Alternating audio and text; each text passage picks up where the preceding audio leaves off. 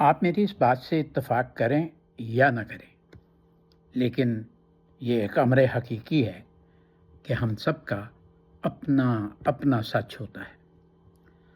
سچ دراصل اپنی اصل میں ایک معروضی حقیقت ہے جو انسان کی خواہشات، جذبات یا زاویہ نظر سے بالا تر ہوتی ہے، مگر ہر فرد اپنی اپنی سمجھ، تجربات اور حالات کے مطابق اسے دیکھتا ہے اور اسے سچ کہتا ہے اور اسی طرح بیان کرتا ہے۔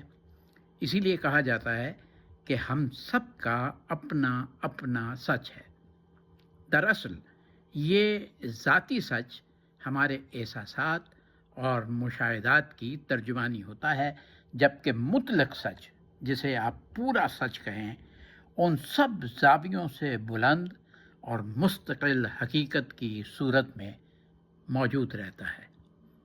کبھی سوچئے، آپ کا سچ میرا سچ نہیں ہے اور میرا سچ آپ کا سچ نہیں ہو سکتا۔